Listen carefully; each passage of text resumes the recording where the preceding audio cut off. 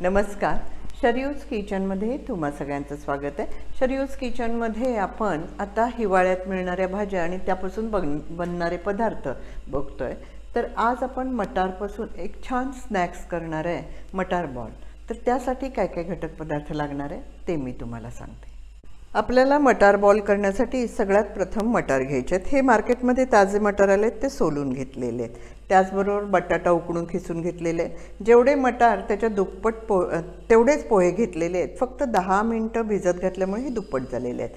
त्याचबरोबर कोथिंबीर आहे, मिरची आहे, आलं आहे, पुदिना आहे आणि चाट मसाला आहे. आता कोरड्या मसाल्यामध्ये आपल्याला गरम मसाला, त्याचबरोबर जिरा पावडर, हिंग आणि हळद लागणार आहे. आणि आपण हे आप्याच्या पॅनमध्ये बॉल करणार आहोत, त्यामुळे आपल्याला थोडंसं खाद्यतेल लागणार आहे. तर आता आपण पुढची कृती करायला घेऊया. मिक्सरच्या भांड्यामध्ये मिरची, हिरवी मिरची जेवढी आपल्याला तिखट आवडते तेवढं, त्याचबरोबर पुदिना, कोथिंबीर आणि ताजे मटार घालून सगळे मिक्सरला फिरवून घ्यायचे. एका बाउलमध्ये आता भिजवून ठेवलेले पोहे,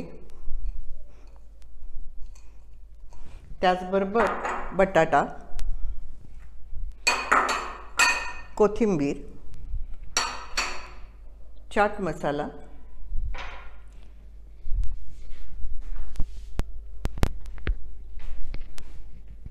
थोडीशी हळद, हिंग, जिरा पावडर, गरम मसाला, चवीनुसार मीठ, कारण आपण चाट मसाला घातलेला आहे. आणि आता मिक्सरमधून फिरवलेली जी मटार आणि मिरची, आलं, कोथिंबीर, पुदिन्याची जी भरड आहे ती घालणार आहे आणि एकसारखं छान मळून घेणार आहोत.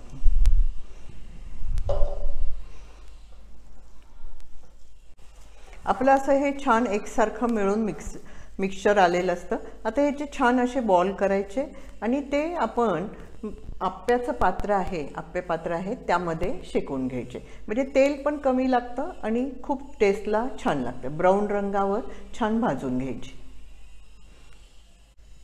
आपण आप्पे पात्रामध्ये प्रत्येक ह्याच्यामध्ये थोडं थोडं तेल घालायचे आणि तवा चांगला गरम करून घ्यायचा आहे.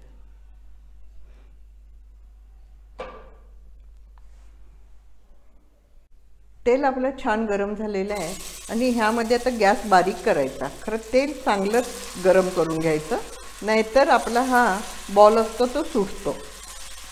ह्यातली महत्त्वाची गोष्ट हीच आहे की तेल पहिल्यांदा चांगलं गरम व्हायला पाहिजे.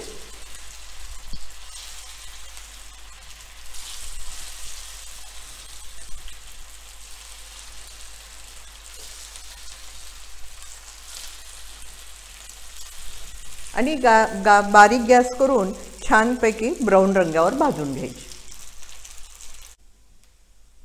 आपण जेवढं पहिलं तेल पॅनमध्ये घातलं होतं तेवढ्याच तेलावर असे छान खरपूस बॉल तयार होतात. आता मस्त चवीला छान कुरकुरीत असे बॉल तयार झालेले आहेत. तर हे बघा छान त्याला क्रिस्प आलेलं आहे. तर आता आपण हे एका डिशमध्ये सर्व करूया.